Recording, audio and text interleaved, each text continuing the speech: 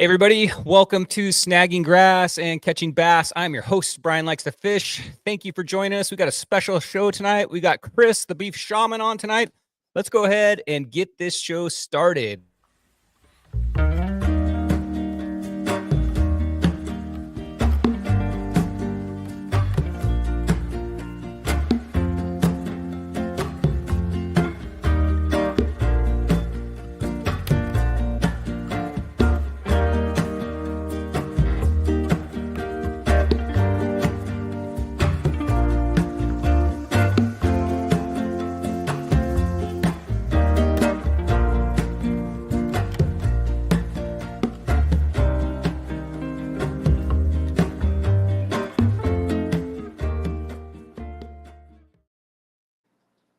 Hey everybody, welcome to the show tonight. Thanks for tuning in at 7:30 on Thursday. Special night tonight. Got a special guest on here. First off, give some shout outs to the guys in chat right here. First in here tonight, One Cool Tuna, Jeff. What's up, Jeff? How's the weather up there in Kentucky?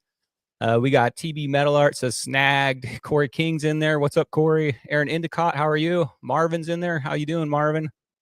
We got Steve in there. What's up, Steve? He says, boys, it's a beautiful night out at San Diego Bay. I'm out here roping them. Man, I hear the night bite, Steve, has been pretty good. Cash, the fisherman's in there. What's up, Cash? Fishing Spotty Bowl this weekend. I'm sure you are. We got Zach in there. What's up? Good evening. Catch's dad, Jared. What's up, Snagged? What's happening? Hey, Jared. Are you still working on that animatronic at Disneyland? Let me know what's going on with that. CB and Bait in the house. What's up? How are you? Big Water. What's up? How are you? We got Bros 619 Ninja. Yo. I like the two mini bikes on there. That's pretty cool. Todd's in there. Jeff, not sure what it's been official. Okay, it's talking back and forth. Brian Rosen, what's up? Side Pot King right there. Well, you got a lot of fish. Fish Face Hooker, howdy. Hey, what's up? Stephen Gage, what's going on, Stephen? You fishing Spotty Bowl this weekend? All right, Ken the Fishing Fool, the only one that I know of that caught a 4-pound spotty last year. What's up, Ken? And that is it. If you want to be shouted out, you got to type something in chat. And with that, let's go ahead and bring in our guest, Chris, the Beef Shaman. Welcome, Chris. Hey, thanks for having me. Super stoked to have you here tonight. A lot of these guys watch your YouTube channel. We're going to talk about your YouTube channel a little bit later. But Chris, welcome to Snagging Grass and Catching Bass. I just happened to be driving the other day, Chris, down Del Dios Highway. And I look over to the parking lot and I see it's flooded, totally flooded with cars. And this is probably like 10 in the morning. And I messaged Chris with hey, are you on Hodges? Of course you're out there opening day for Hodges. How was the opener for Hodges? You know, opening day was kind of rough, actually. I showed up at 5:30 and thought, I know there's going to be some cars, but I didn't realize there was going to be 25 plus cars in front of me. I park in line. I'm like, okay, whatever. And then as I'm sitting there, 25, 30 more cars coming behind me, and they finally open the gates at 6:07. I go in there and I realize the concession is not open and they've only got the vending machine open. So every car. And you had to have exact cash, no credit cards, no change. So there were a lot of really disappointed people. I saw a lot of people actually punch the vending machine. But you gotta. If you get there and there's 30 cars in front of you, you got to get that prime spot over at the launcher. You got a journey to get over. I guess not you because you're launching from your float tube. You can go right from the beach. But if you have a kayak or something, there's these premier parking spots. I don't know if you guys have been there lately, but the boat launch ramp, they basically turned that into a little parking lot right there. Yeah, but it fills up quick. Yeah, it filled up quick. So I know that. Hey everybody, let's see. Here we go. Stephen Gage says, Dave Rage says, I just watched the video today. So you have the opener video up already. I also watched that this morning. Yeah, got it up. Everybody said, I want to see what's up. I want to hear what's up. So I made sure, got home, edited, posted first thing this morning. So it's up and people can see. It was a slow day for most people, including the crappie fishermen from what I've heard. But I managed 3 bass landed and then lost 3 as well, and I was only out for 3 hours, so I feel like I did okay, but I know there were it was challenging. How about that? But it is February. Yeah, I was gonna say, what was the water temperature, 56, 58? Not even. It was 53. Oh my God. And And plus the lake's only at 11% full, so it's as low as I've ever seen it. So that's 11. I heard that because the dam was built, I think it was almost 100 years ago, the 1920s, that they're over a only hundred filling it years up ago. so much because it's structurally not. What was that? Over 100 years ago. Yeah, I heard it's not. The engineers went in there and take a look at that, and they're not going to fill it any more than, was it 20% or something like that, because they're afraid it's not structurally sound anymore. Right. They're worried about if there's a catastrophic earthquake, it floods Del Mar and Rancho Santa Fe. So I get it. I get That it. that would be crazy. 'Cause that's a whole value. Brian Ross and I shared a beer with Chris a few years back at Hodges. Brian did. Said he I was remember honored to do Chet. it.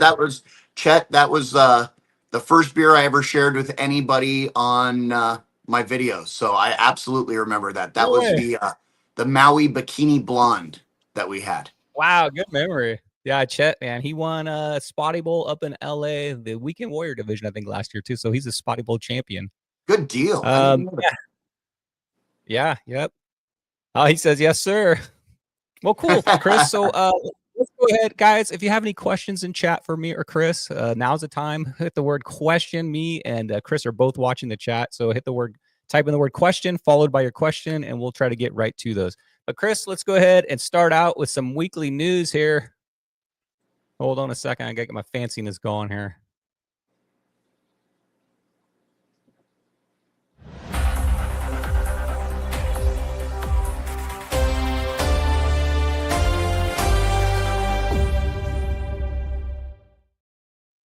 I'm trying here, Chris. Really am.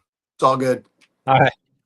All right. So weekly news, guys. If you have any tournaments going on or anything locally you want to give a shout out to, or any news you want to share with me, go ahead and do that, and we'll share this on weekly news. So first up, Chris, do you take that float tube out to La Jolla? I've had people asking me to do that, and I said, you know what? I don't want to be a bobber. A bobber with a little, piece of power bait hanging below it. I don't even want them to taste. So no, I'm not doing that. Well, just to let you know, this week spotted was a juvenile great white in La Jolla, right off Torrey Pines, and that thing is actually one of the anglers got a picture of. I have not. I've fished La Jolla all the time in my boat, and I've never seen a great white. I'm hoping one day I do from my boat, of course. Right. But never seen one, but I know not they're from my out there. float tube. Don't want it from the tube. Yeah. I don't know if I've ever seen a float tuber out there. A lot of kayakers, but does anybody in chat? Has anybody gone out there in their float tube? That's got to be a heavy pedal though. Right. A great white shark seen off La Jolla shores today. It passed her peacefully, somewhat, and it like brushing into the kelp. Huh, interesting. It's made its way down the beach and passed over the reefs, even went into La Jolla Cove, and then guess what? A sea lion of all things. A sea lion promptly chased it out. That is odd. Wow. Yeah, so the guy that took these pictures right here, he said it was about a 14-footer, but you can see it's like right there, right off the coast, right there in La Jolla. You can see the background right there. You know that spot. That's creepy. crazy. I hope to see one of those one day. All right, next up, we got a tournament coming up. If you're familiar with the CCA, those are the guys that fight for our rights for our fishing rights here in California. And I think it's a second annual star tournament where they're actually giving away a boat for it. The CCA Star Tournaments kicks off. It's a long ways away, guys. It's not till Memorial Weekend, but this year Davey from Akuma is running it. Actually, Davey's World. So if you have questions about it, message Davey on Instagram, Davey's World, and he can answer them for you. But it runs from Memorial Day, which is May 25th, so it's a ways out there, all the way to Labor Day. And basically, you don't have to beat anybody. You're just basically going out trying to catch qualified fish. There's a list of qualified fish. Each fish, I think, is 1 point. And at the end of the year, each point you get a raffle ticket, and they raffle off all these prizes. I think last year, Chris, the guy that won the boat only entered one fish, if I remember right. Am I right, Cash? Wow. Tom and Cash, I want to say they had like 60 entries or something, maybe more than that, a ton. And they did win some. I think Cash won a kayak, and his dad won a trip to Alaska. But I think a guy only entered one fish and took the grand prize, which was the Parker 18-foot boat. It's $40 to enter. So that was a good $40 spent on that guy's part. One fish, probably. So there's sand bass in here. There's calico bass. There's actually spotties in there. So all these fish count. But if you want to check it out, check out CCA or or talk to Dave at Davy's World from Akuma. All right, last in news this week. Do you remember this? This is a Shelter Island boat launch ramp before they did the improvements. You remember when it was like that, Chris? I do. Absolutely. My very first boat was a 1987 Bayliner center console, and it had no reverse. And I remember the nightmares of coming around that corner right there, and that place being fully loaded up and no reverse, no way to slow down. And I had to pull into that dock, and it was like, it was always made me packed. actually really good. Oh yeah, back then it was like, I don't know, it was really sketchy too, because you had to come in around that corner, you couldn't see really good. So anyway, what they've done is they gave us this brand new launch ramp, which I love. It's a beautiful facility, but this side of the launch ramp has been broken. In June 2023, significant damage was done to the floating dock on the right-hand side. You see there, it was damaged by, I guess, sand accumulated under it, and we had a low tide, and it cracked it in half. Oh. So, which caused the bottom of it, and it's been closed since July of 2023 for public safety, they said. But guys, the Port of San Diego is making repairs on this, and they started them January 27th. Yay.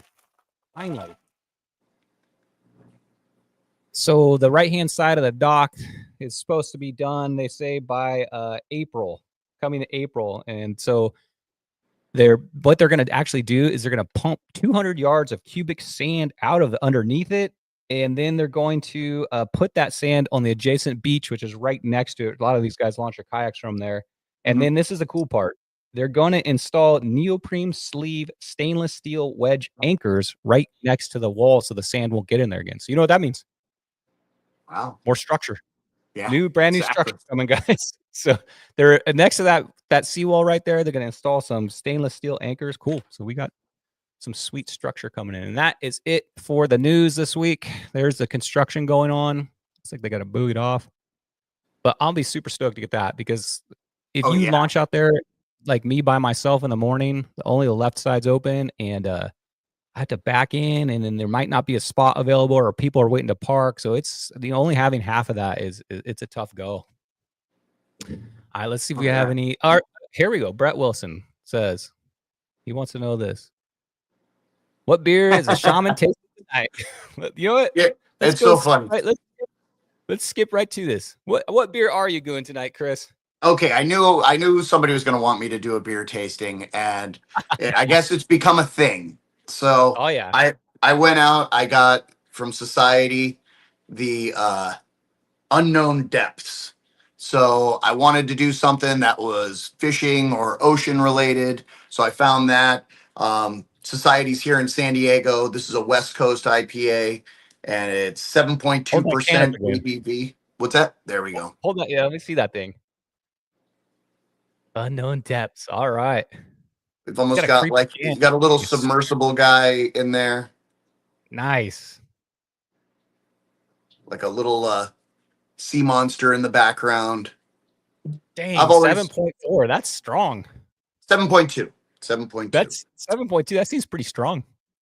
It's for the, you know what has become strong in the West Coast IPAs. This seems like 6.8 to 7.2 has kind of become that regular spot for the West Coast. The one thing I realized after I got this today, I was rushing around.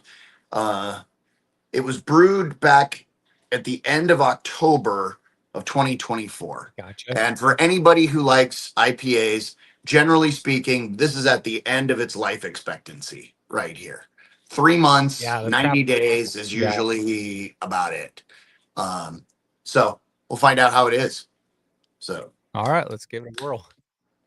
Crack it.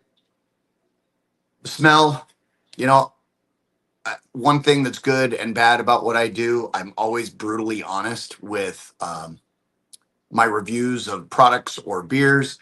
And this one has kind of let me down on aroma. It's a little bit piney, a little bit citrus, but it just doesn't have that bouquet coming out. And one thing I don't get to do very often in my channel videos is actually the pour.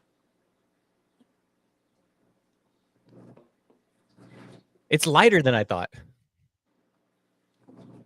Good West Coast should be very bright, crisp, clear. like that.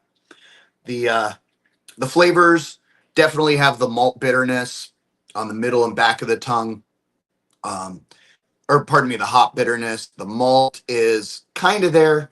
It's got a little bit of the roasted malt taste, but it's a very middle of the road. I'm going to say I will never remember this beer except for the fact that I got to drink it with you guys on the show. Um, but it's a Right good on, man. beer. I wouldn't, kick it out of bed or not order it, but it's not going to be something that sticks with me forever. It looks tasty. I'll tell you what, it's probably going to be a little more tasty when I'm drinking tonight, which is a lemon flavored LaCroix. Oh, there we I'm go. such a Yeah, wimp. I'll take one for the team on this. How about that? There you go. I should have got a craft beer to review with you, but cheers, buddy. Cheers, man. No, it's funny. The beer reviews started early in I was trying to make a YouTube channel, and actually when I first started, I didn't know if I wanted to do fishing, gardening, hiking, or cooking. So I made a little bit of everything, and people always say, I've seen, all of your videos, and they haven't. Not look up the chicken wings video. That's the first one. But I wasn't catching fish one day, so I decided to talk about what beer I was drinking with my lunch, and it became a thing. Like literally 1 or 2 weeks later, people are like, "What's the beer of the day?" And I expect it every time I watch your video, Chris. I'm like, all right, let's see what he's going to be drinking this week. And yeah, you do a great job at it. We all enjoy your beer thanks. reviews. It's Yeah, weird what comes popular. You know what I mean? It's weird. it really is. And now, like, I was out at Hodges and I was going to work. So in the video is a beer that I actually had last Sunday at Otai with a bunch of friends. And I saved the video because I wasn't going to drink a beer. And people are like, "What's the beer of the day?" And I'm like, "I'm not having a beer today." Like, oh, come on, You man. gotta work. Hey, yeah, thanks for clipping that in. Yeah, all right. Yeah, no, we all appreciate it. We all enjoy it. Let's go on, Chris. This is how I met you, and that is through nominating. Here we go. YouTube channel of the week. So if you guys want to nominate somebody for YouTube channel of the week on our Discord, which Chris is now a part of, on our Discord, go ahead and nominate a YouTube channel of the week. And here we go. Let's get this one.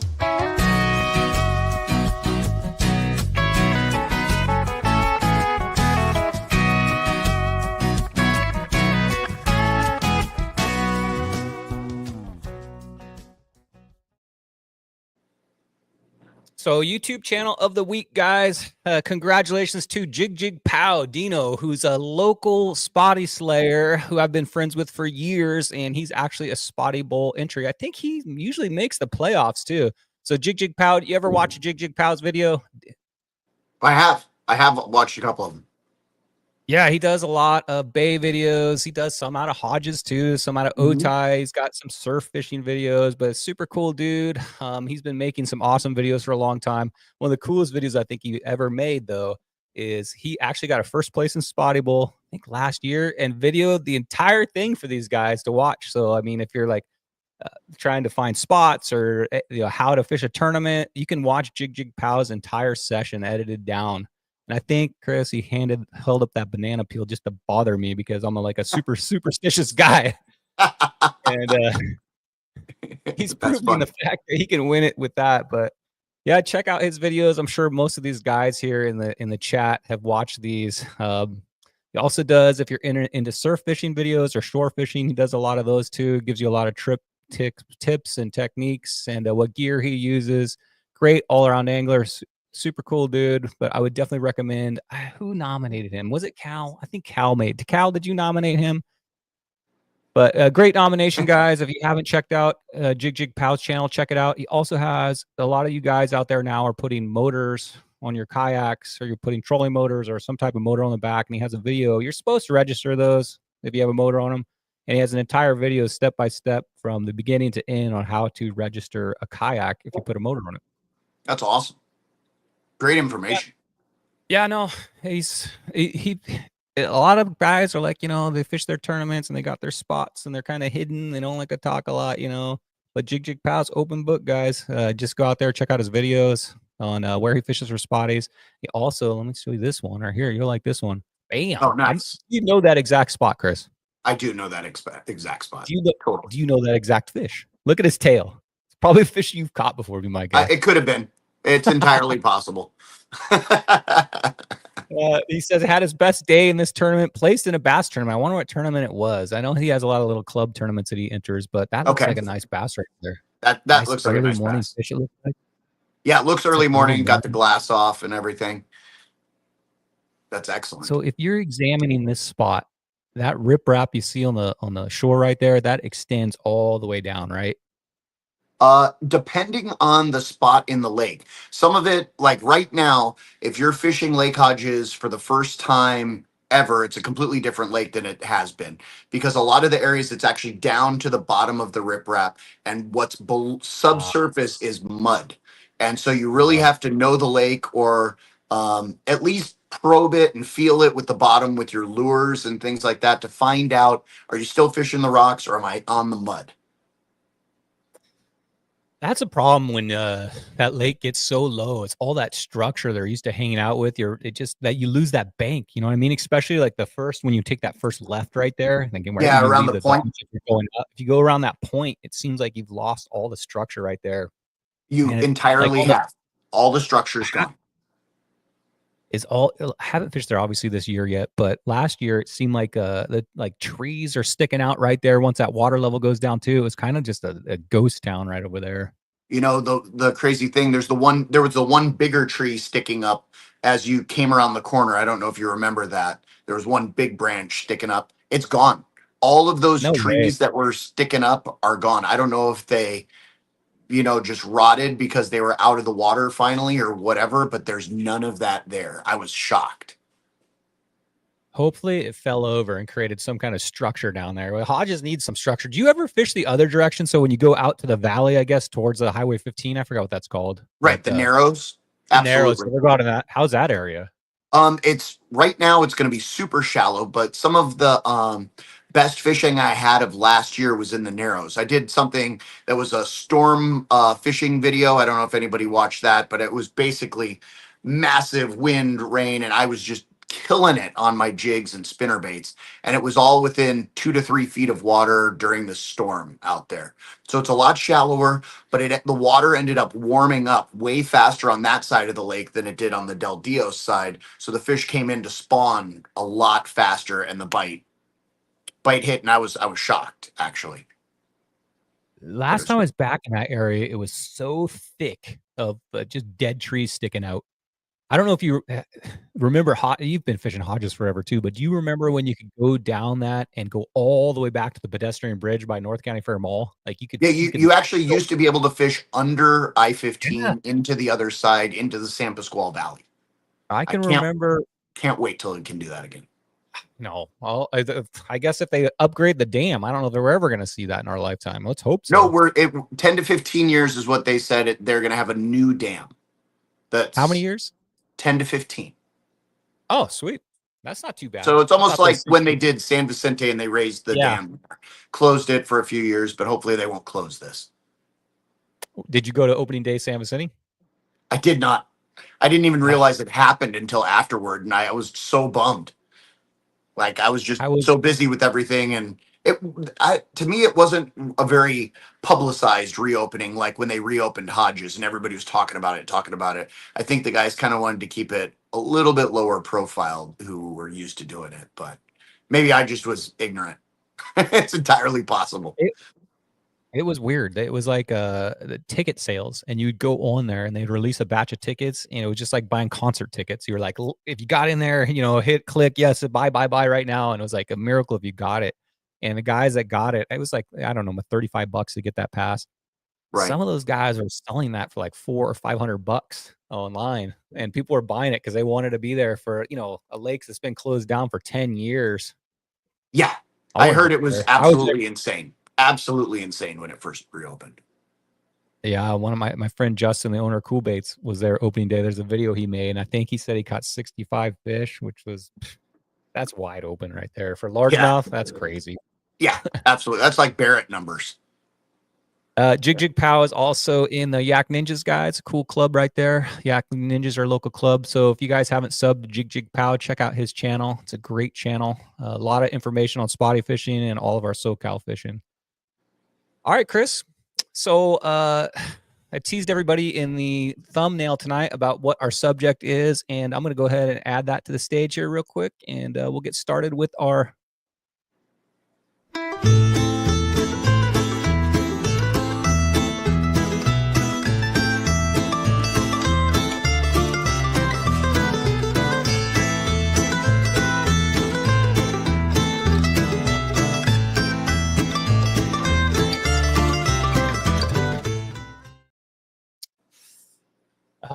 I got very little computer skills, Chris. I'm brand new to like operating. On my last show, I had a guy that produced the show, and now I have to produce the show, and I'm just learning. So bear with me, Chris. It's all I get good. all these little. I'm finding out how to do stuff, so I'm having so much fun with these little shakes and these little. I don't know. I'm having fun with it. It's awesome. If you guys have questions for Chris, go ahead and put those in chat. We'll get to them. Just it makes it a little easier if you write the word question and then chat. And guys, we've got I think we've got 76 people in here. So if you guys could hit that like button, we'd really appreciate it. It's a brand new channel. We're trying to get to 1,000 subscribers, Chris. And if we get to 1,000 let's do it. If I can get to 1,000 subscribers, I'm gonna rent the hot tub pontoon boat in Mission Bay. And I'm going to bring as many subscribers as I can get on that thing. I think it's 26 people. You're invited on that if you want to get on 26 dudes in a hot tub pontoon. I heard you talking about it on one of your other videos. That's cool. 1,000 subscribers, guys. We're going to have a hot tub party down there. All right. Thanks. I appreciate that TB Metal Art in chat. All right, let's get started here. So if you guys didn't know, Chris, the Beef Shaman, you have a YouTube channel. Most of these guys watch it. I've been watching it for years. My son watches every time you have a video notification comes up. He watches it pretty much. My son is 20, and he's been watching you since, probably, your channel about 5 years old at least? My channel? I believe it's 3 years old. 3 years old? Yeah. I think he's probably watched every single one of your videos. He really enjoys them. I watch them. Met you out on the lake, so I'm proud to have you on here. I'm glad to have you on here. But here's your logo, the Beef Sham. That's kind of what you're known for, is that floppy hat, eh? Every time I see you around, you're wearing that on your videos. Yeah, it was out in my last video on the bay. Somebody came up to me and they said, I didn't realize it was you because you didn't have your hat on. So, oh, okay. Like Indiana Jones, right? That's exactly what he said. That's exactly what really? he said. Yeah, literally. Chris's channel, he's got a lot of cool videos, a lot of informational videos, and cool thing I like about you, Chris, is that you fish a lot of different baits. I'm the same way, man. I don't stick to like one bait. I like to try everything out there, try new baits, and that's one of the things I like about your videos, that you're always seem like you're trying new stuff, trying to catch fish in new ways. Yeah, I love doing that, and I'm also not afraid to tell people I've never done this before. I'm going to learn about this, and I'm going to find out. And if I learn something from it, great. If I, can help somebody else learn and share, that's why we're doing this, right? I love sharing information. Yep, I'm with you there, man. It's all about the community.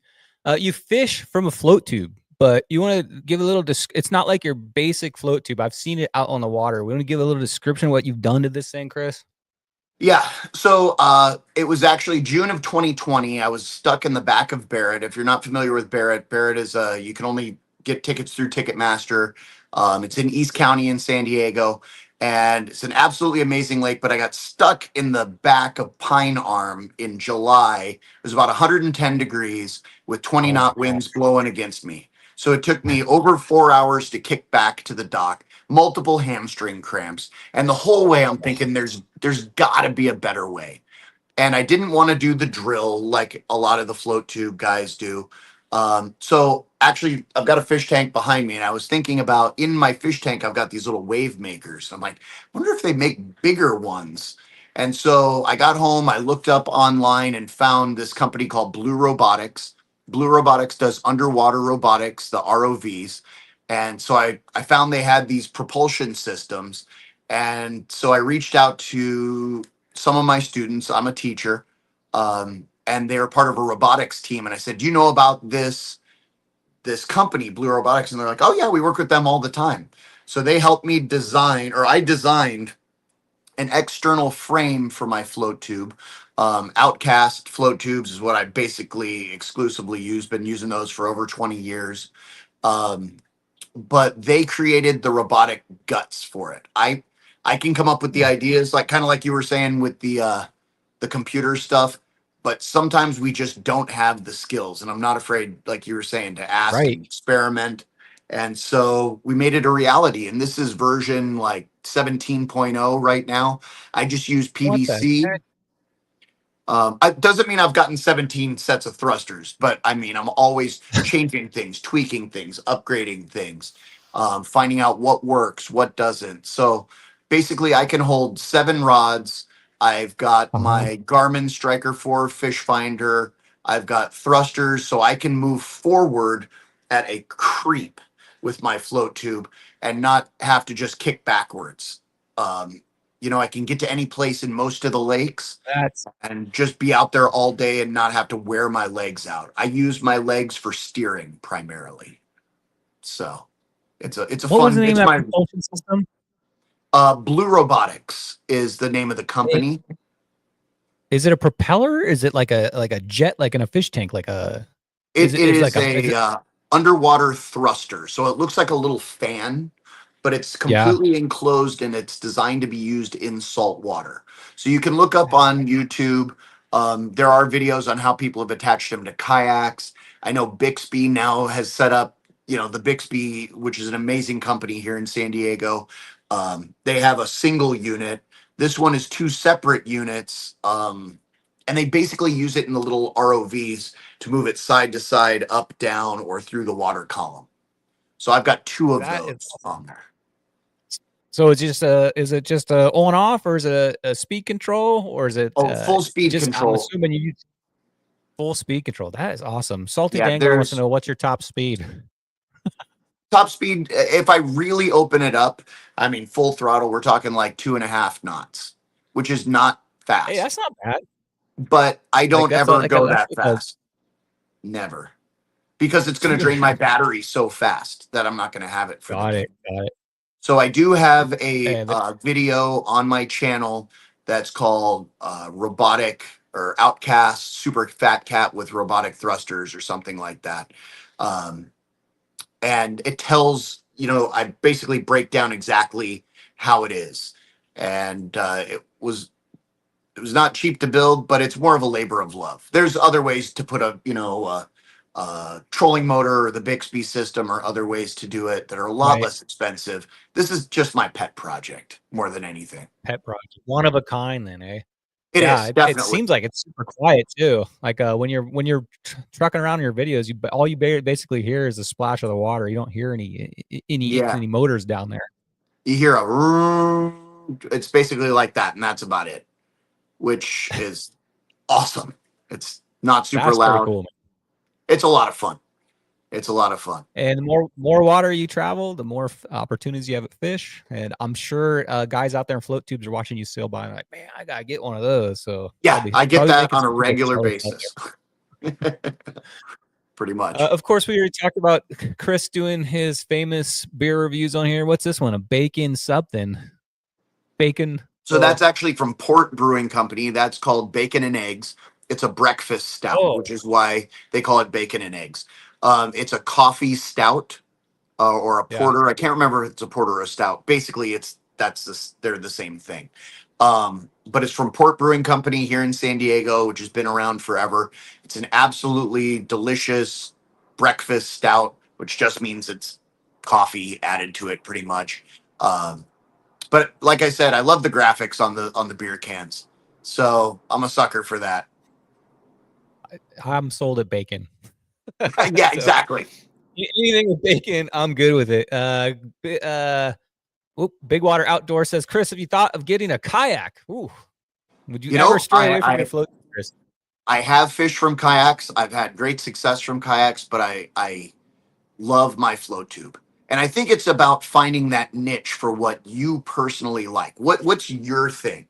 I've got people with kayaks that I fish with, float tubes, the pontoons. I'm actually looking at one of the outcast personal pontoons to do in the kelp beds. That might be something fun that's actually designed to fish in big water rivers. So you can do multi-day trips, and they've got a transom on the back for a motor and enough storage that you can put 100 pounds of gear on the back and stuff like that. So we'll see. We know all about those. One of our members of our club, Jesse, has one, and he takes that thing. He takes that thing everywhere. Yeah, it's almost like he uses it like a rowboat because he doesn't have a motor on it, and he's it's got oars all the way out of the attached to water. it and everything. Yeah, Yep. It looks like a pretty stable platform. All right. So you sent me this picture, and that is like, Chris, that is like one of the fattest Spotties I've ever seen. Did you weigh this thing? I didn't weigh it. I didn't have a scale with. Oh. I'm open for people to. Yeah, exactly. There was multiple of those wahs on that trip, but if you've got a guess on what that thing weighs, please tell me. That was slow rolling a spinnerbait in San Diego. I'm pretty good at guessing these. Did you measure the length? Looks like it's it's hard to tell. It's hard to tell. What do you think the length was on that? Probably 20. So to push a 3-pounder, generally you have to be over about 17 inches. Salty Dangler, he's really good at guessing these two. He's saying 2.99. I don't know, Chris. By looking at the size of that willow blade, I'm going to say that's like a 3.2. Just guessing. I'm thinking that's like a 3.2, maybe a 3 point, maybe a little bigger. It's definitely a beast. That's my biggest Spotty. Yeah, that's a lot of people's biggest Spotty. That's an enormous Spotty. So let me tell you, in Spotty Bowl, we have 150 anglers in there, and we fish it 7 times a year. Mm-hmm. And generally, out of all the fish caught, which is thousands of them, from LA all the way to San Diego, we might get 5 3-pounders. So that tells you how rare, like a 3-pound. When you catch your 3-pounder, it's not quite it's like catching a 10-pound largemouth. That's probably a little more rare. But like a 4-pound Spotty would be like your 10-pound largemouth. So to get to the 3-pound club is very difficult to do in the Spotty world. It's actually. I mean, I was so stoked on that day. I almost went home on that day. There's actually a funny story behind that day. I was out fishing on a buddy's boat with 2 of my friends, and we were fishing right off Point Loma. And on one of the first casts of the day, my swim bait got stuck in the kelp. And the calicos it was one of those days where they are just out, they're flying. They're not even in the water. They're just everywhere. Yeah. And I get this swim bait with jig stuck in the kelp. I'm pulling it, knowing full well I'm doing exactly what you're not supposed to do, yanking it straight towards myself.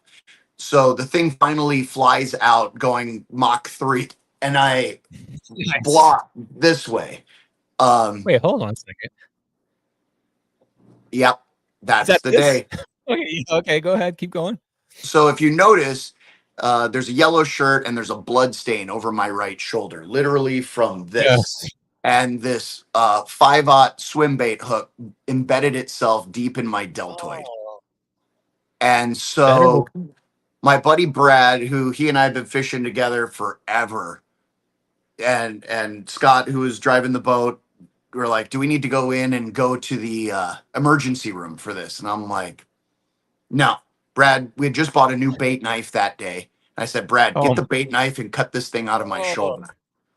So, so took a lighter and sterilized the bait knife. And this is one of the basic bait knives, like from West Marine, where they come in a giant, bulk box. And so Brad says, I've never intentionally cut human flesh before. And I said, well, get in there and get that thing out. So you could see actually the fibers of the muscle. It was deep. So he cut it out. And on the next cast, this is actually not the exact fish, but the next cast, I caught a 3-pound calico on the same swim bait. It never actually got cut off the line. They just cut it out of my shoulder, and I was able to cast right back out, and we continued the day. The same bait that came out of your shoulder? What's that? You casted the bait that came out of your shoulder? Yeah. That's what I caught the next fish on. And then to make it better, later in the day, I caught this and a 3-pound sand bass. And it's the only time I've ever caught a 3-pound sand bass, calico, and spotted bay bass in the same day. So that's amazing. I call that a is great an day. amazing day. You get the trifecta, the turkey. Yeah, exactly. Uh, So I could have gone to the emergency room, but instead I went in my own mental memory, like history books. Hey man, when the calico bites on, Right. you don't want to leave that day. That's it seems like that's getting rarer and rarer. It seems like I don't know, the kelp doesn't seem the season is long for the kelp in front of Point Loma lately. And also in front of La Jolla, it seems really and since this was did you say this was in the 90s? Yeah, this is in the 90s. This is right at the Yeah. beginning of digital cameras. So Oh, got it. we wished we could have actually taken a video of the guy or Brad cutting it out of my shoulder. Scott, Oh the person man. who was driving the boat, was gonna. He's like, "We got to get a video of this. We got to get a video of this." But That's so it funny all you worked out. mentioned that. One of the guys in chat, Salty Dangler, he fishes those micro jigs, and if you ever fish those, the hooks on them are like he just grazes you. They're like so sharp. It got him right here, I think, right in the thumb. And Oh, he's like, Brian, I'm on the way to the emergency room. I'm like, dude, when they're pulling that thing out, get a video of it so we can show it on the show. And sure enough, he took a video. Same kind of thing they did with you, is they cut it out, but he had in a hospital getting it done. But he right. said that he grabbed that hook and you don't realize how like thick and strong the human skin is until you're like trying to pull a hook out and it's like it just doesn't want to come out. No, it was in the muscle, and they were yanking on Oh. the hook, and it just wouldn't even budge. Wouldn't Ugh. budge. So Yeah, I've seen some pretty gnarly ones of those, but yeah, ugh. Be careful, guys. When that rod is totally loaded up like that and that oh bait yeah, comes over, just think it's like a catapult. It like just shoots the bait right at you. I All right, keep that Chris. that single jig head on my desk at work just to remind me every day. I still have the jig head. Uh, Maybe you need to go out there and cast it again. I do. Maybe I do. If it's still got the luck. Yeah, I bet it does. That looks like Mission Chris, Bay.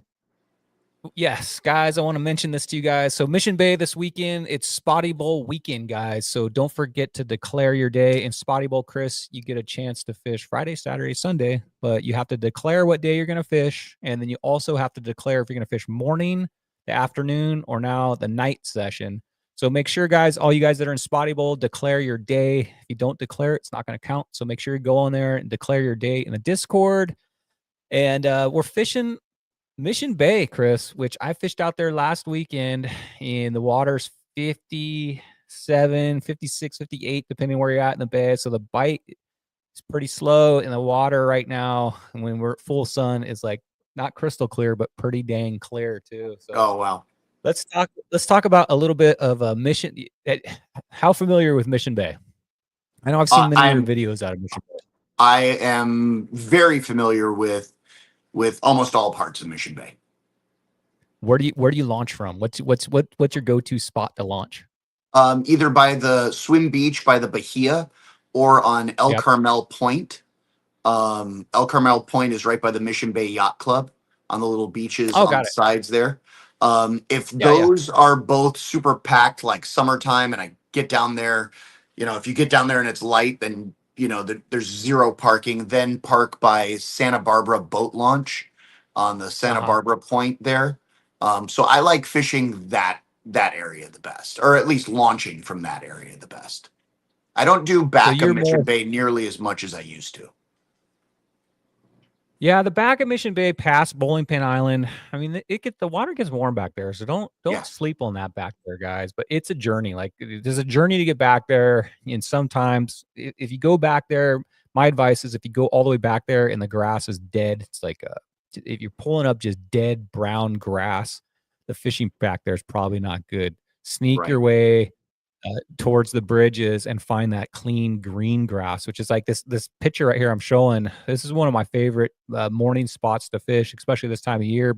It's just a wide open area, guys, and just drift around through here and find some green patches. If you have a fish finder and you can find some kind of divot in the ground or any Mhm. structure like that, if it just goes from 14 feet to 16 feet, just that little belly sometimes will hold some fish in there. So cruise around through there and throw that area. I'm sure you fish this area because I see you throwing spinner baits, like that is like Yeah. spinner bait heaven to me in this Oh yeah. area. Absolutely. Absolutely. I love fishing So if spinner you're baits. cruising, If you're cruising through this area right here, which is I call Bowling Pin Island, right out front of Fiesta Island, what would be your like go-to setup and go-to baits that you'd go for through here?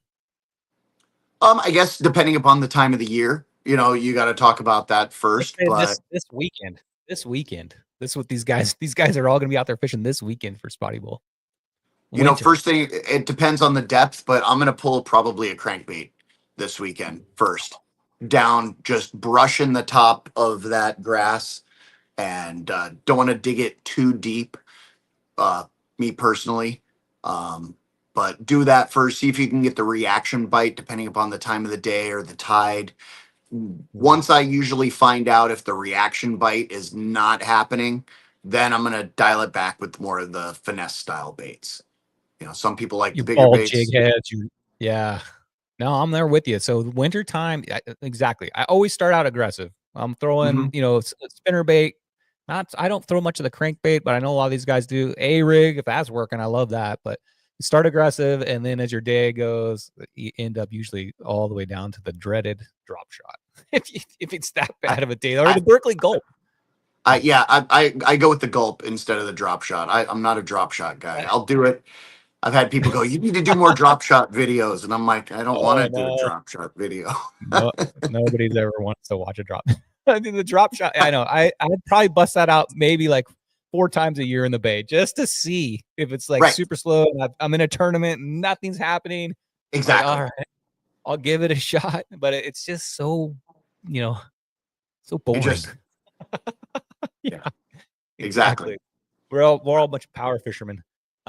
So here's a point right across here. We got the rip wrap coming off here, guys, in Mission Bay.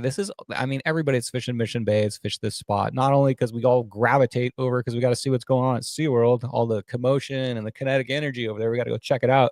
Yep. But that point over there is not a place to sleep on either. These fish, if you Mhm. if you look at that rip wrap rock, it goes right down into the water, just like we were talking about at Hodges.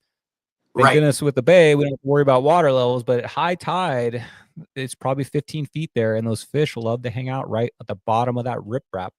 And I've noticed Exactly. with your fishing style on Hodges, that's one of the things to do is just follow that riprap bank. Right. What Right in what that would you think of? transition where the riprap meets the sand. Always the transition spots are going to be holding fish. I think that if it's full sun and it's clear, I think they're inside of those rocks, just like a largemouth has a little hole or Yeah. something they hide in. They don't want to be out in the sun. They're like No. us. They don't want to be out in the sun. They'll find a little hole, and if you can get close enough. When I fish that riprack, like I watch on your videos, we're right on it. Like if we're like 10 feet or less off that shore, casting Yep. parallel with it because we're just trying to grind in front of those rocks, so even get some kind of creature to pop out. Exactly. Hopefully not an eel. Right. Yeah, got a story about that. Here's a picture I took from the sky ride at SeaWorld right there. It's beautiful Mission Bay. Nice. Another popular spot, guys, in the bay is the bridges. So Yep. what's your experience with these bridges, Chris? Let's see. That looks more like the Ingram Bridge. Is that the Ingram Bridge right there? Correct. If you look right to the right, you'll be looking at Dana Yep. Landing. I grew up fishing those bridges actually, and a lot of times from the shore, when I could get a dinghy, I would get a little dinghy or my parents' boat. My parents had a boat slipped in Cavera Basin there by the Hyde Islandia for years. Uh-huh.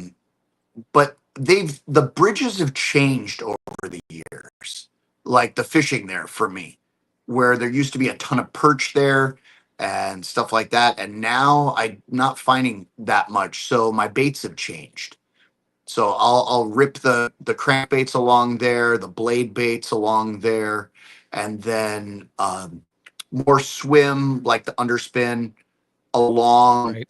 at not even necessarily at the bottom, but the mid level of the pylon, trying to see, what'll either come up, come out, or come from wherever. I'm with you on that. It seems like the fishing's changed a little bit in there. Do you remember, was it maybe 15 years ago when the Corvina were in there like crazy? It seemed like every time we Yes. go out, we'd be swooping up a big Corvina, and it doesn't seem like the Corvina bite in Mission Bay for me at least, is not there. Maybe it's because I'm like you, I've changed my baits up a little bit, but Like some of the fish that I noticed that were there years ago aren't quite there. It's shovel-nosed guitar fish. That used to be big ones Oh everywhere, yeah, and we would just randomly come across those. I don't catch a lot of those anymore either. I I know the haven't caught one of stingrays are still those in there. years. Yeah, yeah, the stingrays. Guitar fish? Stingrays are everywhere. They're Oh everywhere. yeah. It's like The If you want a Walking Dead. kid to have like yeah, if you want a kid to have like a good time to go down there, just get yourself a shrimp or a squid strip, put a Yeah, Carolina rig out there, and get ready for a mud marlin fight.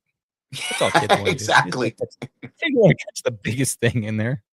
Yeah, the kids just Um, want to feel that tug on the end of the line. I totally, yeah. exactly.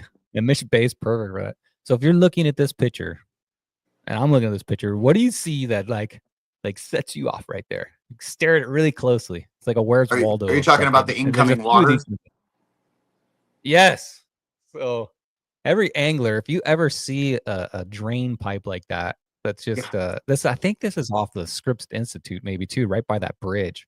Uh-huh. But if you see that thing gushing out like that, uh, cast on that. Never pass There's that up. If bait you going see in the some kind of water. Yeah. any kind of yeah, if you see it could be trash. It doesn't matter. They're just sitting there waiting for something to plop out of that thing. But Hmm. guys, if you're out there, and especially when it's raining, if you see any kind of storm drain or any kind of water on there, throw on it, because sometimes those fish, man, they're just waiting for whatever opportunists. They're waiting for some kind of piece of anything to come through there. And if it's a bait fish coming from SeaWorld, dang, they'll Yeah, probably be loaded with fish right there. totally. But keep your eye out for those guys, especially when we got the rain coming up. All right, here we go. Sand. So this is right past SeaWorld. Like if you were to turn around, you'd see the roller coasters right behind you. And that jetty specifically right there, this time of the year, is one of the like thickest, greenest grass kind of zones in Mission Bay. Hmm. Do you fish? How are you with like almost look at the picture on the bottom of this green grass I've got in our background of this? Oh It yeah. almost looks like that. It's so thick though, guys. You have to have a really good cadence to actually get it through there without snagging a bunch of grass every time you come through there. I, What do you I, think of the thick grass fishing? uh, find the grass, find the bass. We know that. There you But go. getting into the grass and being able to not snag is can be a challenge. It can be a real challenge. So whether you want to more of the exposed flukes at that point, or something that's going to be, almost utilizing some more of the freshwater bass fishing techniques, where you're fishing in the deeper grass. You What I generally don't, or make sure I do or don't do, is I want to use the lightest bait I can to get down to the grass. I don't want it to penetrate so much. I want it to fluff right over the top and through Right. the top, but not bind on the stuff. And that can be challenging. Uh, and what's if you're fishing your lightweight setup? Let's just say a quarter is quarter ounce light for you. No, What 16th. Oh, okay, you're really going light. So you're fishing a super light set, probably like a spinning setup with what pound line? What kind of line are you fishing in this, Chris? Like a 6 pound fluoro Six on that. pound. Okay. Do you I'll use go as light as oh, 4, but the problem is you wow, can't get anything out of the grass once it gets in the grass with 4. 6 is dicey, but I love 6 pound in the bay. I can use a lighter bait. I can get it down there. It's a ton of fun. If I'm not tournament fishing, just fishing for fun, then even a smaller right? fish is going to be good. But I love the little tiny big eye underspins. That's Nice. that's my If they're biting the flash, what's that? that is if they bite the flash, the underspin is it's amazing Yeah. in there. So So I brought a do you fish little. straight? Yeah, can see like that. I don't know if you guys can see that. Oh yeah. Oh yeah. So tiny little underspin. I love these. I put the links in the description for these. But whether you No, like the they definitely work. There's no question about it. So are you fishing braid to floral? Or are you fishing straight floral? I fish straight fluoro or Straight. straight mono, depending upon what I'm fishing. I just never got into braid. I've tried. I don't want to deal with the leader. Chris. Yeah, the leader is kind of a pain, but man, I don't know. I love one thing I love about braid is just the sensitivity. Like you feel like every time it just bumps on anything, there's like Oh yeah. no stretch to it, so you feel everything. But yeah, if you're not used to it and you're a mono guy or floral, sometimes it almost feels like it's too sensitive. Or when you go to set that hook, you don't have that normal stretch like of the mono. Hmm. It's hard to go. It's kind of hard to go from one to the other. If you guys have any questions right now for Chris or go ahead and put those in chat right here. I see we've got over 50 people in chat right now. So if you guys could also hit the like button for us, we appreciate it's a brand new channel. So we're trying to grow here. Chris, do you remember Absolutely. the mermaid? Do you remember the mermaid on the bridge here? You look, you can just barely see her. Oh no, I see the mermaid. That's for sure. I don't I remember that's the West Mission Bay Bridge, right? Is that Yeah. Yep. It's if you go past that, right on the left is Covarian Basin. right? Yeah, Exactly. somebody I miss her. I miss her. She was put up there for like a year ago for a couple of weeks, and then she just disappeared. Who knows where it goes? All right, we Maybe I have was our there. first Maybe I question. was. Okay. TB Metal Art, Todd, who makes these belts behind me. He makes all kinds of metal fish. He's a local artist. Check out TB Metal Art. Says, what kind of fish are in the tank behind you? Okay. So this is a freshwater tank. It's a 180-gallon tank. I've got, if you want me to list off, I've got denison barbs. I've got different kinds of tetras. There's a couple angelfish. There's clown loaches, zebra loaches. There are denison barbs, which are the big. They're going across here. They're the bigger ones going across right there. Um, I love freshwater fish, and I really don't want to deal with a saltwater tank. That's my personal preference. Um, but it's a freshwater community tank. I have another on the other side of my room. I've got an 80-gallon cichlid tank as well. So Ooh, nice. yeah, At one point in my life, I think everybody's had a fish tank at one. I had a cichlid tank a long time ago too. Here's the North Ingram Bridge. There's my son yep. out there in his float tube, me fishing from shore right here. This was a long time ago, but North Ingram Bridge. When my son was young, here he is. He's 20 years old now, but here he is when he's a little guy. There's a shovel nose we were just talking about. But Yep. I remember sitting on this bridge and we were fishing bait, I think, at that time right there. And we would pull up, I'm gonna say 10 species in a day. It wasn't, Yes. croakers and corvinas and smoothhound sharks and stingrays and bat rays. But it was like that particular bridge right there Yeah. was like a funnel. Like everything would come in and come out because it was going to Sail Bay or coming out to Fiesta Island. But man, what's your experience Yep. with that bridge? I'm sorry, you crackled out there for just 1 second. What's my Uh, what?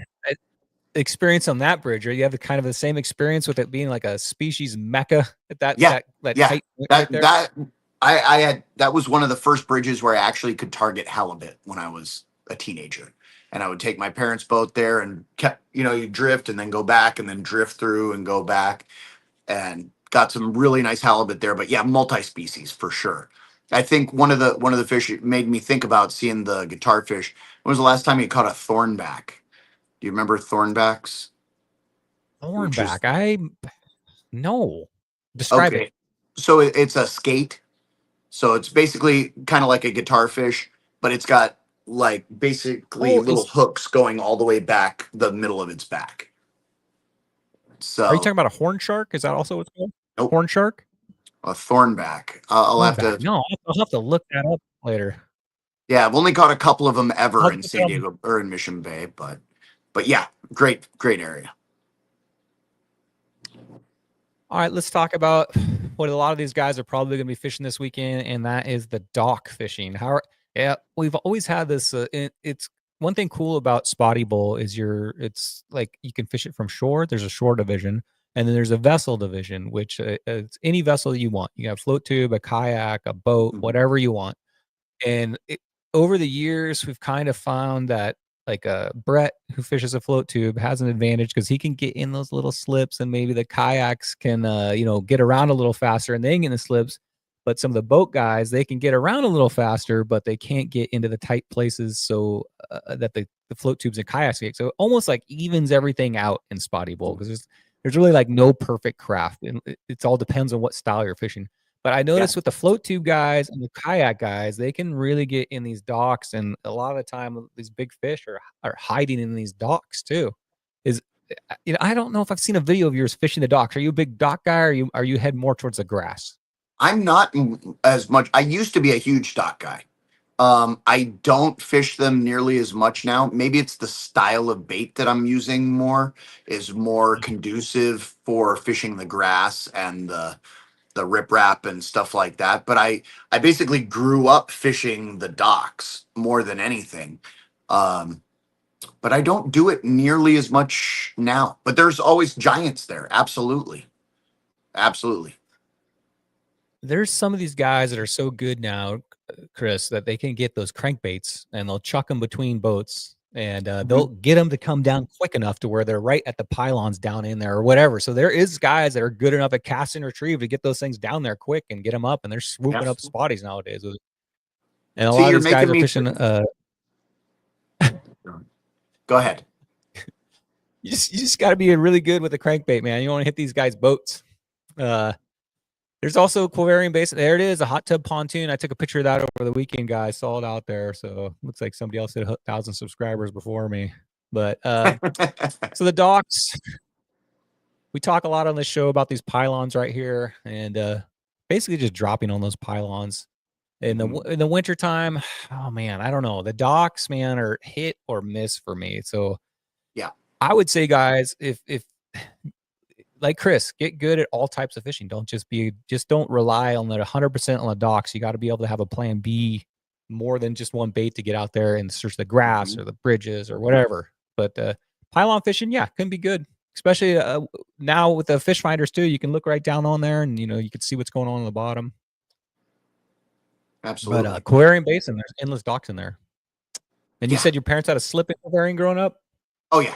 Yeah. So we would be basically fishing all the pylons all the time, either from the dock itself because we had a slip there so we could go and actually fish on all of the piers, or get on a little dinghy. And that back then it was all belly boats, and I tried fishing those a couple of times in the bay, but in a big surge it was almost impossible to fish the the deep float tubes where you're up to your stomach pretty much. And once the surge catches you, you're done. You're just done. So yeah, I have plenty of experience fishing that area. You get one of those king tides out there, I imagine that's got to be pretty rough. I can imagine a young little Chris running around dropping on all those docks over there. I can't imagine how awesome if you have a key to that at a young age and be able to just go and drop on all that stuff. You must have caught a million spotties down there. Oh yeah, spotties. Like I was saying, tons of perch, tons of halibut, queenfish. I mean, whatever. Nighttime would come go down. Okay, sure. We got a question here that says, what do you think about crankbaits at night? How are you with crankbait fishing? Are you a night fisherman? I am not as much now in the float tube because it's kind of frowned upon in the bay. I've done it a few times and I've done very well when I've gone out, but the Coast Guard doesn't like me being out in a float tube at night on the bay. Maybe if you had your lights. It's most of the bays. Oh no, I've got a light. Yeah, I've got light set up, but I've gotten some comments that maybe that's not the best thing. Actually, it's funny. I actually tried to do a lobster hoop net video from my tube where I towed another tube. Gosh. I towed a second tube with all my hoop nets on it and did that. Ended up catching a ton of fish, but the video was bad because my lighting was bad. But as far as crankbaits at night, what's it like? Yeah, crankbaits at night. That's what he's asking. Yeah, I've never really fished the crankbaits at night, honestly. I can see it totally being a good thing. Even some of the glow crankbaits now. Right. That you get that, that reaction bite of the glowing thing, kind of like the squid. But I don't know. I'm down to try. I just maybe we don't need have much a Beef Shaman nighttime Mission Bay video coming out. If you can get a bunch of bright lights or something. Yeah. So this year in Spotty Bowl, last year, the last 4 years, it's either you fished 6 a.m. till 1, or you fish 1 till 8 p.m. But the guy that Okay. runs it, Eric, the judge, put a new time slot in there, which is 5 p.m. till midnight. And last Spotty Bowl in LA, a lot of the guys that fished the late night session, they did the best, which was showed that sometimes in winter that the spotted bay bass, at least the big fish, the big bite was on at night. So I'll be Yeah. interested to see in this session to see how many people fish the PM sessions instead of the AM and see what happens. I don't know. Bad thing is, man, I'm just not used to being up that late. If Yeah. I'm out Right. fishing, midnight's at a ludicrous hour for me, so I don't know. Yeah. Maybe I'll try it from shore. I'm not sure. This picture right here is the dream for me when I'm fishing in a dock and I see a slip with nothing in it. And I Right. know I can fish an aggressive bait in that thing. And that if you guys are cruising around this weekend, you see one of those opened up, but especially if the boat just pulled out, hasn't been fished by a bunch of guys. You see Right. like one of these big boats pull out. Oh my gosh, just sit there, wait for that boat to go by and definitely throw on that. What are you throwing if you see that right there, Chris? I just looked at that and thought, wow, I want to fish an A rig right there. I What was want that? to I'm throw sorry. fish an A rig right there. Oh, Just yes. just let it flutter down slow and then drag through right next to the pylon. Uh, that would be fun. Also a lipless there. And I like fishing the Yep. lipless next to the pylons because you can let it sink. You can, you can rip it, all kinds of different things. But when it's nice and open like that, you don't have to worry about snagging the $1 million yacht or anything. As long as nobody's gone in there and thrown in their yacht like cart or something like that. When you throw in the A rig, it's always the big risk. You got a $50 bait out there, and Yes, in the dock sometimes junk falls in. But hey, where that junk falls in creates a structure, and there's probably fish around it, so it's worth that's the risk. true. But man, I was fishing with my son this weekend, and we snagged an A rig on something, and I'm telling you guys, 65-pound braid is so amazingly strong that you can, if you snag that up good and like the line wraps around it where you're not going to break the hook or the tip or something, it is, I'm not kidding. It is hard just to get it off the bottom. We were pulling the boat into the water and we're in a boat. We weren't even in a float tube. What do you do when you snag 65-pound braid, Chris? You cut it. Or I mean, if you don't have a lure retriever or something like that, you're gonna have to cut it at some point. It's, It's yeah, it's like, it's it's literally like an anchor rope. yeah, it's anchor up. You are now moored. My son said after that, he's like, man, I bet if we did like a YouTube video of using 65-pound braid to tow a car across our driveway, but the braid would be able to do it. Good It's point. it's Yeah. amazing how strong that stuff is. And Chris, we're gonna go ahead and end this segment right here. And do you have any advice for any of these guys that are fishing the tournament tomorrow in cold water, Mission Bay, clear? I didn't look at the tide, but I think it's a 5.6 tide swing, maybe. So, Right. any advice for these guys? I think you kind of said it earlier. Start aggressive and then dial it back from there as necessary. Don't be afraid to use a really big bait, whether it's a crankbait, swim bait, a rig, something like that, and then dial it back from there. And also, don't be afraid to use the tiny baits. I've caught some massive fish using tiny baits when nothing else works. So don't get hung up on I can only fish this style. I think people do that too. That's one of the problems. Well, we all as anglers have our crutch bait, so it's like a lot of us will just we go out there with a Berkeley gulp, and that's what we know worked last week, and that's all I'm fishing this week. And I'm no matter what, that's what I'm gonna fish. And Right. it's a problem with a lot of us as we just get into it. We got one more question for you here. It says, what do you think about the hookup percentage on fishing docks? 100 docks, 2 fish, 2%. Oh, is that something that happened to UTV Metal Art? So I think he's asking, what do you think about the dock fishing? I don't fish docks very 100 much anymore. Does that answer your question? I, I I could tell you though, if you're fishing the docks and it's like let's just say you cast 100 times and you get 2 fish, usually those 2 fish are a little bigger in size. So if it is yes. winter and you can get one in the dock, you may have to cast 100 times or whatever, but usually those dock fish can be big. So that could be a good place for a tournament. But maybe if you're looking for like a funner day on the water, the grass, it might be a better situation to go out there and rope up about 20 spotties. Yeah, Chris, it's go ahead. Mhm. What are do you have any fishing goals for this year? I know we're all excited to watch your YouTube videos come out. What are your fishing goals for this year? You got anything planned? It's funny. I just talked to a good friend of mine about that. I want a double digit bass on video. Um, not a Have you caught spotted one bay yet? bass, but I want a largemouth bass, double digit on video. I've caught plenty of them, just not on video.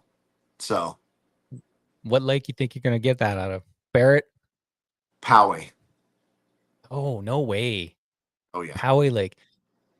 Two of my second and third largest bass of all time are from Lake Poway. So On Lake Poway, do you have to rent their boat to go fish in there? Or they allow float tubes and kayaks in there now? Or is you that gotta rent their their boat. It's a super tough lake. But I know it really well. And so I'm hoping for good things, and I wanna take some extra time, and I might fish 20 or 30 times without being able to make a video because nobody wants me to see me cast, a million Yeah. times and not catch a fish. But Lake What- Hodges could be, but we'll see how the year progresses. There's a couple other local lakes on my radar that I'm gonna be happy to talk about later. But Got it. You ever fish that San Diego River? I have never fished the river, not Hmm. once. I've gotten invites to do it. I need to do it. I know some big bass come out of there, but I have never actually fished the river.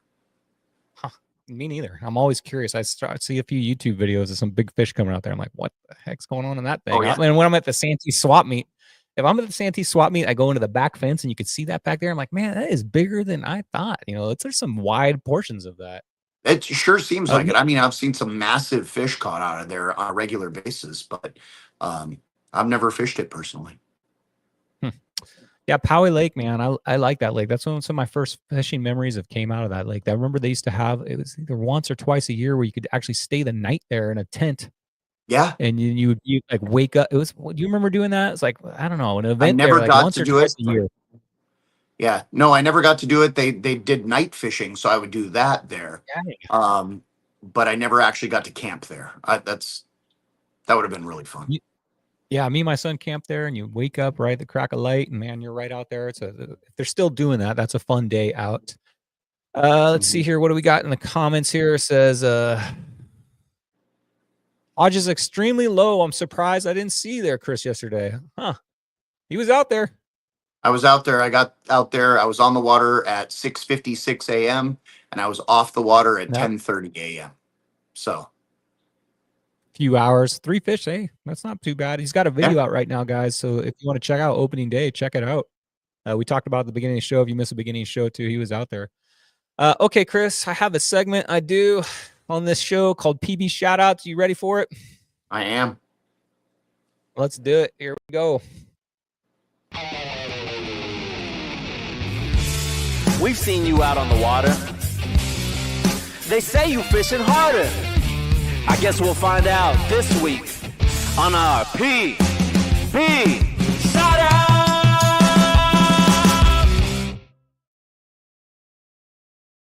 If you don't know who that is up front, that is Cal up front, double fisting. What's up, Cal? A lot of Spotty Bowl anglers, a lot of anglers that have been on the show and have submitted PB Shoutouts on this thumbnail. If you want to be on PB Shoutouts, direct message me, Brian Likes to Fish, on our Discord or on Instagram. Send me a picture and a story, and you'll get it on PB Shoutouts. I'll put a picture of anything, Chris. Send me a picture. Doesn't have to be new. Doesn't have to be a PB. Doesn't have to be old. It could just be a modification to your craft. Whatever you want, send it to me and we'll get you on here. First up, let me get you on here, Chris. Get your reactions on this.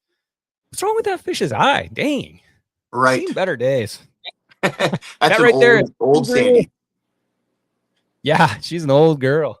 That right there is Andrew. What's up, Andrew? He says, hey, Brian, this is my PB fishing out of San Diego Back Bay. No kidding. Back Bay. Wow. Big sand bass.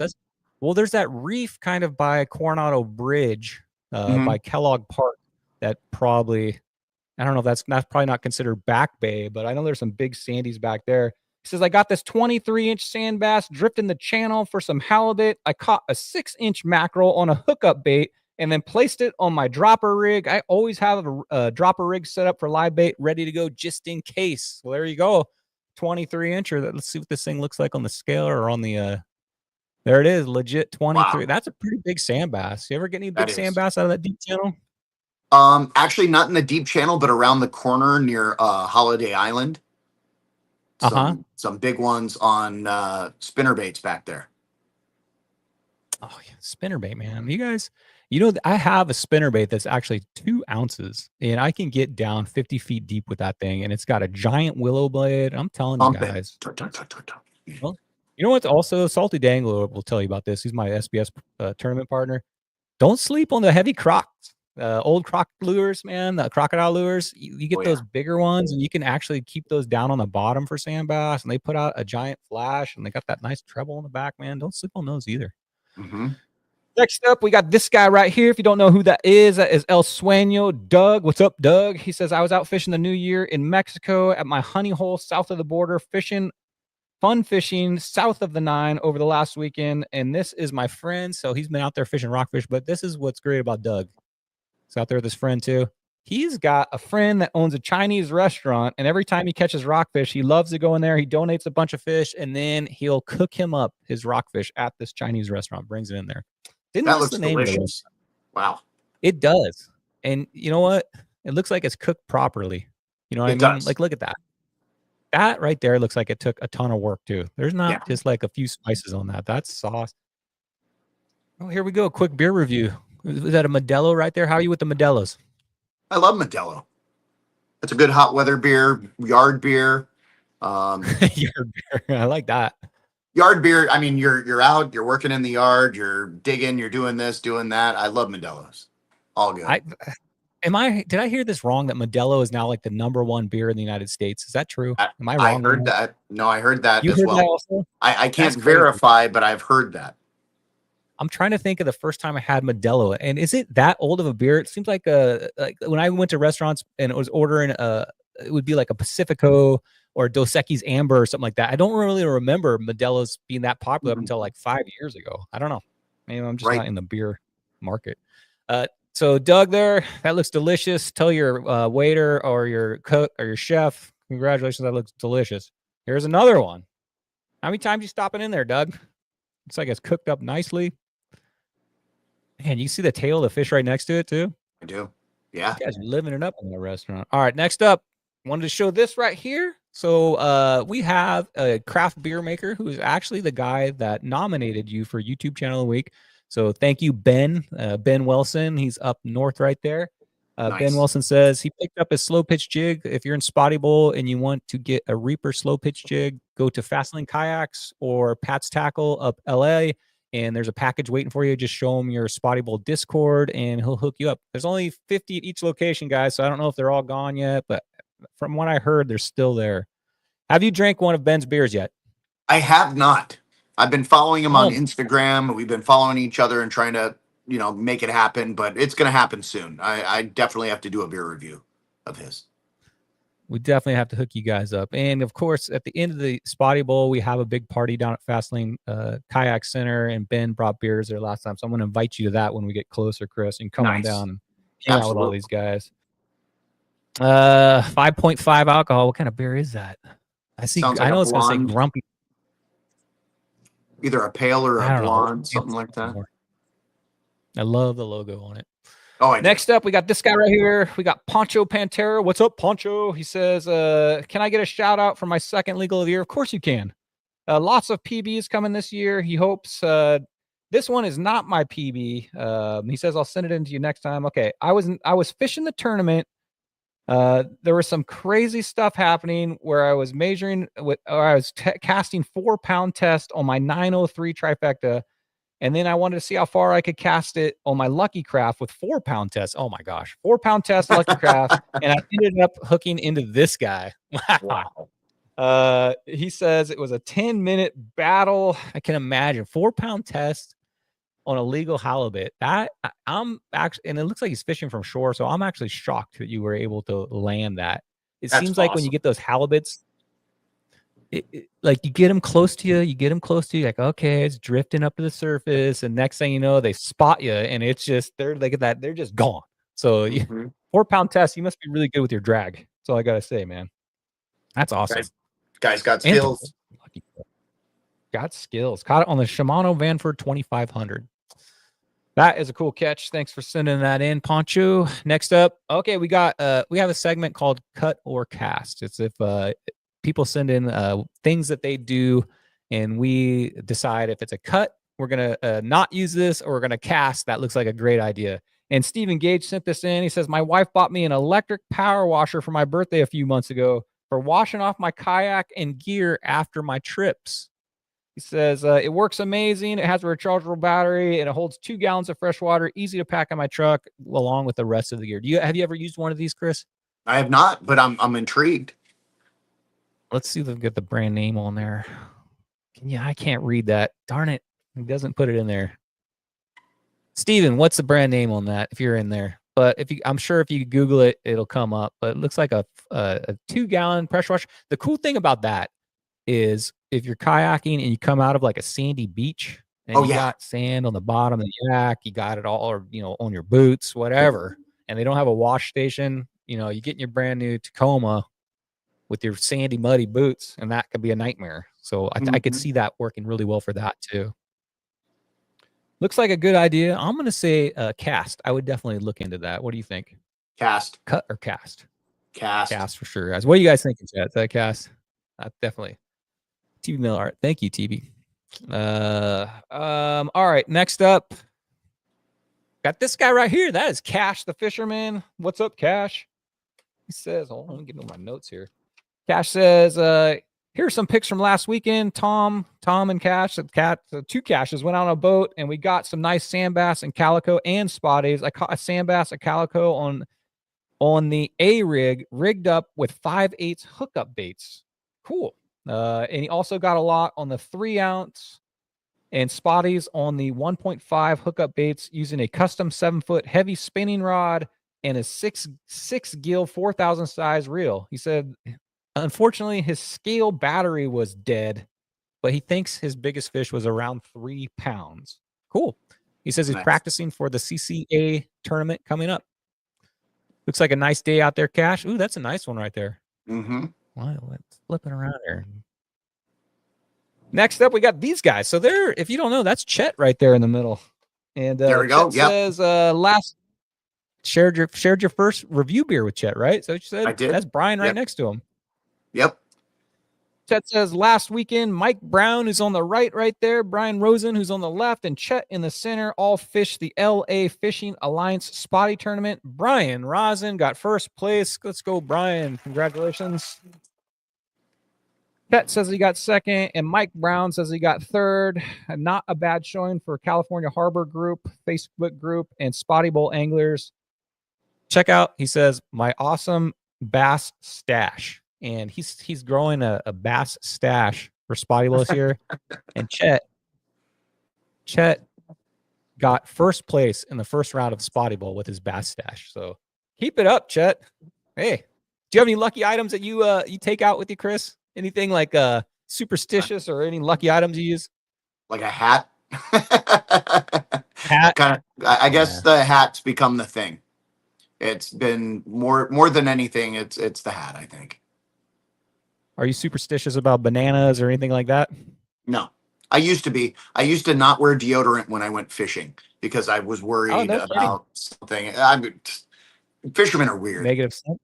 I got over myself a long time ago on that. That was back when I was like in my early 20s or whatever. Now I'm not so superstitious. Just not so much. You're talking to the weirdest one right here because I have an entire routine that if I don't go through, I'm screwed. I have an outfit, I have the socks, I have a way I get in my boat, I have a routine when I get there, I say my prayers, I have my lucky coin, it's not all together, Chris. I'm a mess. So yeah. But if it works for you, that's all that matters. Mentally, seriously. I think it does. I don't know if it actually works, but I'm gonna say. Oh, you guys wonder where I was last week? I'm out in the deserts riding around on a dirt bike. That's why I couldn't make the show lately. So I do a little bit of stuff besides fishing. Chris, while I was out there, the campsite next to me brought out 30 Christmas trees and lit them up at once. Have you ever seen a 30 Christmas tree fire? No. Let me tell you. You start out at about 20 feet close to it, and by the time that thing gets roaring, man, you're like, yeah, you are 100 feet back. But that was one of the most amazing fires I have seen. Thank you to the guy that brought that out there. And it was a That's big cool. countdown. Like all people from the desert saw him building it up. He brought out our whole trailer, went over there and checked it out. Wow. Guys, this is your last chance to get any questions in for Chris right here. If you have any more questions, put those in chat right now. And I got an announcement, Chris. I'm excited. I have bought a new boat. I sold my old Ranger boat. I had a 2009 Ranger, and I bought a newer used boat. But I'm gonna try to turn this boat into a Spotty slaying machine, Chris. I'm bringing. Nice. Most people don't fish a tournament fishing boat out in the bays, but guess what, guys? I'm bringing it around. So if you guys see me, I don't have it quite rigged up yet. I got to get my trolling motor on there and some stuff, so I won't be out there in it this weekend. But I'm looking forward to turning this into my new Spotty boat. I wanted to get a small one. It's only 18 foot. I know you're a float tube guy, but it's only 18 foot. And I've been fishing around on this giant boat, and it's hard to get around, drive this thing up to LA. So I'm excited to get out there in this new setup. Can totally get that. All right, Garrett. Yeah, I mean, why not, right? You only live once, right? Yeah. We work hard for our money. Let me see if we got any more questions here in chat for you guys. Here we go. Here's one right here. Jesse says, questions. I've tried using blade baits. We catch just about everything, freshwater species on them, and they shine in cold water. I think he's asked. Yeah, I think we mentioned that, right? Yeah, I've just recently gotten into blade baits not too long ago because I've had them in my tackle box and they were something that I just didn't fish. So I don't like having stuff in my tackle box that I don't fish. So I've specifically used them to gain my own personal skill, figure out what I can and can't do with them. And they're a very versatile bait. In the last bait video I did, I actually found a blade bait on Alibaba that's about that big. I didn't even think to bring it in, but it's like 1.8 grams. And I was catching, I tried to get the spotties on it, super, super tiny bait. I couldn't get it below the smelt, and I was just slaying the smelt on this little blade bait. But I was thinking, man, this would be so much fun because by the Silver Strand, the bait was like minuscule size. And so I just tried to get something down below the bait because it was heavier, but it just kept getting hit. But I'm really excited to keep learning about blade baits. Absolutely. I love finesse fishing. Like, there's nothing funner to me if you can get fish on like 4 pound on a little tiny finesse jig. Yep. There's something about it. I don't know. I'm with you. I love those lightweight baits. And they're perfect for wintertime. All right, Chris. Looks like, let me check, see if we got any more questions for you here. I think that is it for now. So, Chris, I'd like to thank you for coming on the show. I really appreciate it. Give you a shout out on your video. Anything you want to talk about your YouTube, go ahead and plug your YouTube channel. Let them know what's coming up here. How can they get a hold of you if they have questions?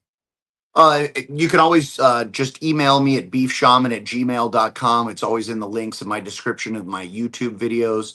I've got stuff coming up at Lake Hodges. I've got a very special event. It's kind of a secret event, actually, right now. I can't really talk about it because it's not 100% solidified. So I don't want to get people's hopes up or whatever. I'm going to try to do some really fun stuff over the summer that's very different, not in my wheelhouse. But I super appreciate all the support from the people who watch, subscribe, share it. It's an amazing adventure. And when I get to meet people out on the water, it makes it even better. It's just so much fun. Chris, we all enjoy your videos. We're looking forward to 2025 to see what you come up with, beer reviews. But we enjoy your videos. We appreciate your content, Chris. And let's go ahead and close this thing out real quick.